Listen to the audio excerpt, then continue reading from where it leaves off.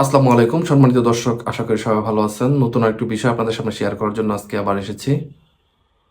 নতুন বিষয়টি হলো যে গত যে কয়েকদিন আগে ঈদ উল ফিতরের নামাজে উপদেষ্টা আসিফ মাহমুদ যে ইমামের কাতারে এসে নামাজ পড়েছেন, সেটা নিয়ে ব্যাপক তোলপাড়। আসলে যেহেতু ধর্মীয় বিষয় আমি অভিজ্ঞ না, সে বিষয়ে আমি আলোকপাত করবো না, কিন্তু কিছু বিষয় আলোকপাত না করলে না হয়। আমি বিষয়টা কয়েকদিন ধরে লক্ষ্য করছি। আমি চিন্তা করলাম যে একটু সময় নিই, সময় নেওয়ার পরে বিষয়টা নিয়ে আপনাদের সামনে কথা বলবো। সেজন্য আমি একটু সময় নিয়ে বিষয়টা নিয়ে আলোচনা করছি। আসলে ঘটনা যেটা ঘটেছে সেটার পরিপ্রেক্ষিতে আজকে ২ দিন পরে আমি আপনাদের সামনে আলোচনা করছি বিষয়টা নিয়ে। আমি ভিডিওটা দিয়ে দিব। মূল যে ভিডিওটা সেটা আমি আপনাদের সামনে অ্যাড করে দেব, আপনারা দেখে নিবেন। আশা করি বুঝতে পারবেন বিষয়টা, আমার আলোচনাটা বুঝতে আপনাদের সহজ হবে। নামাজ শুরু হচ্ছে।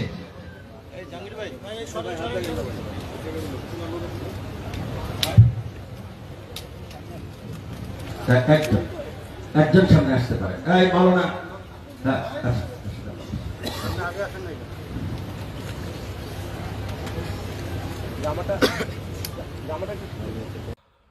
দেখুন, আমি প্রথমে বলে নিচ্ছি, আমি কিন্তু কোনো ইসলামিক বিশেষজ্ঞ না বা কোনো কিছু না, কিন্তু একটা মানুষ যদি কোনো একটা কাজ করে, সেই কাজটার আপনার আগে জানতে হবে যে সেই কাজটা কেন করছে। আপনি যদি সেই বিষয়টা অজ্ঞ না হন বা আপনি সেই বিষয়টা যদি না জানেন, সেই বিষয় নিয়ে কিন্তু আপনার মন্তব্য করতে হবে না বা মন্তব্য করা উচিত নয়। দেখুন, ইমামের পিছনে দাঁড়িয়ে যে সাথে আরেকজন ইমাম বা একজন সহকারী ইমাম এবং তার সাথে কাতার পুরা করার জন্য, যেটা ভিডিওতে আমরা করে দেখেছি, যে আসিফ মাহমুদকে পিছন থেকে পাঠানো হয়েছে। পিছন থেকে যে পাশের যে সহকারী ইমাম ছিলেন, সেই ইমাম পিছন থেকে যে কোনো একজনকে আমন্ত্রণ জানিয়েছিল সামনে আসার জন্য। এবং পিছনে যে ভিডিওটা আপনারা দেখছেন, ভিডিওতে দেখা যাচ্ছে যে পিছন থেকে কয়েকজন ব্যক্তি আসিফ মাহমুদকে সামনে যাওয়ার জন্য রিকোয়েস্ট করেছে বা সামনে যাওয়ার জন্য আমন্ত্রণ করেছে। যেহেতু জামাতে যারা নামাজ পড়েন তারা জানেন যে এভাবেই একজনকে সামনে পাঠানো হয়।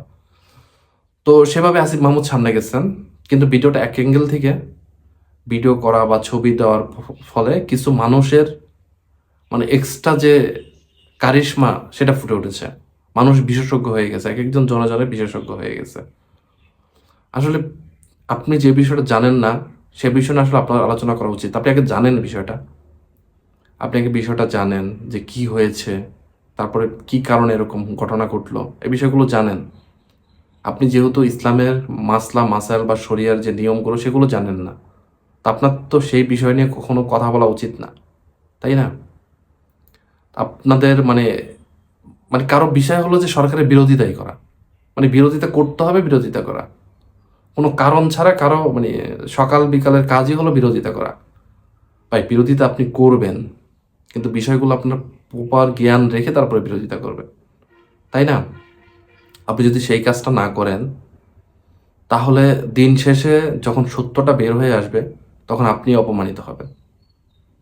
আপনারা সমালোচনা করেন, বিরোধিতা করেন, সব কিছু করেন, সব কিছু ঠিক আছে, কিন্তু বিরোধিতা এমন পর্যায়ে নিয়ে যাবেন না যেটা সত্য প্রকাশ হওয়ার পর আপনার আর মাথা ঠিক থাকবে না, আপনার লজ্জা মান সম্মান ঠিক থাকবে না। আমি অনেক ভালো ভালো লোককে দেখলাম যে এই সব বিষয় নিয়ে মানে আজে বাজে কথা বলতে। ভাই, আপনি এক অ্যাঙ্গেল থেকে ভিডিওটা দেখছেন, পুরো ভিডিওটা দেখেন নাই। যেহেতু আমিও জানতাম না, আমি ব্যক্তিগতভাবে আমিও জানতাম না এই বিষয়টা। না, যখন আমি পুরো বিষয়টা জানছি তখন আমি আপনাদের সামনে আলোচনা করছি। কিন্তু যখন আপনি পুরো বিষয়টা জানেন না, তখন সেই বিষয়টা নিয়ে আপনার কথা বলার জন্য, কথা বলার যেই বিবেক জ্ঞান বুদ্ধি সেটুকু আপনার থাকা উচিত। আমি সেই পুরো বিষয়টা কথা মানে পুরো বিষয়টা খুলে বলি, যেটা ইমাম সাহেব দাঁড়িয়েছেন, তার পাশে আরেকজন ইমাম। যদি কোনো কারণে ইমাম মূল যে ইমাম, সেই ইমামের যদি নামাজ থেকে বা কোনো অজুহাতে যে নামাজ ছাড়তে হয় বা নামাজ থেকে বের হয়ে যায়, যাতে পাশের ইমাম সে নামাজটা কন্টিনিউ করতে পারে, সেই জন্য পাশে একজন ইমাম রাখে। এবং পাশের ইমাম যেহেতু এক পাশে দাঁড়ায়, পাশাপাশি আরেক পাশটা খালি হয়ে থাকে, সেজন্য আরেক পাশে আরেকজন রেখে কাতার পুরা করতে হয়। এটা হলো যে মূল বিষয়, যেটা আমরা বিভিন্ন ইসলামিক স্কলারের কাছ থেকে যেটা শুনেছি। আমি প্রপারভাবে বলতে পারবো না, আমার যদি কোনো ভুল ত্রুটি হয়ে থাকে এই বিষয়ে আপনারা ক্ষমাসুন্দর দৃষ্টিতে দেখবেন। আমি এই বিষয়ে জ্ঞানে খুবই অল্প। কিন্তু যখন এই বিষয়টা যখন হয়েছে, তখন ঈদের দিন বা ঈদের পরপরে যখন এই বিষয়টা ভাইরাল হয়েছে, তখন বিশেষ করে কিছু মহল এর বিরোধিতা করা শুরু করছে। আমি সেই মহলের নাম নিতে চাচ্ছি না। সেই মহলটা শুরুর থেকে বিরোধিতা করতেছে প্রত্যেকটা বিষয়। এখন তো উঠে পড়ে লাগছিল এই বিষয়টা নিয়ে, যে ক্ষমতাবান হয়ে গেছে বা ক্ষমতাশালী হয়ে গেছে। দেখুন, ক্ষমতাবান বা ক্ষমতাশালী বিষয়টা এমন না। বিষয়টা হলো আপনারা বিরোধিতা করতে আসছেন, সেই জন্য বিরোধিতা করতেছেন। তো প্রত্যেকটা বিষয়ের উপর জ্ঞান রাখা উচিত। বাংলাদেশের নাগরিক হিসেবে আপনার সেই আত্মসম্মান বোধটুকু থাকা উচিত। আপনি একটা দেশের নাগরিক, আপনি কথাবার্তা বলবেন, সেই কথাবার্তা বলার ওয়েট থাকা উচিত। সবাই ভালো থাকবেন, সুস্থ থাকবেন। পরবর্তী সময় থেকে যে কেউ, আমি হই, আপনি হই বা আশপাশে যেই হোক, আপনি যদি কোনো একটা জিনিস দেখেন, জিনিসটা দেখে আপনি মন্তব্য করতে যাবেন না। আপনি সেই বিষয়টা যাচাই করবেন, বাছাই করবেন। যদি মনে হয় যে এই জিনিসটা ভুল আপনার কাছে, আপনি আরেকজনের সাথে পরামর্শ করেন যে একটু ভালো বোঝে। আপনি যে সব বিষয়ে বিশেষজ্ঞ হবেন সেটা তো এমন না। একটু নিজের বিবেক বুদ্ধি, একটু সেন্সিটিভিটি মাথায় রেখে তারপর যদি কোনো একটা কথাবার্তা বলেন, তাহলে সেটা খুবই ভালো হয়। কথাবার্তা বলার অধিকার সবারই আছে, স্বাধীনতা সবারই আছে, কিন্তু আপনার স্বাধীনতার লিমিট থাকা উচিত। আপনি সব বিষয়ে কথা বলে দেশের মধ্যে বিশৃঙ্খলা তৈরি করার অধিকার আপনার নেই। সবাই ভালো থাকবেন। ধন্যবাদ সবাইকে।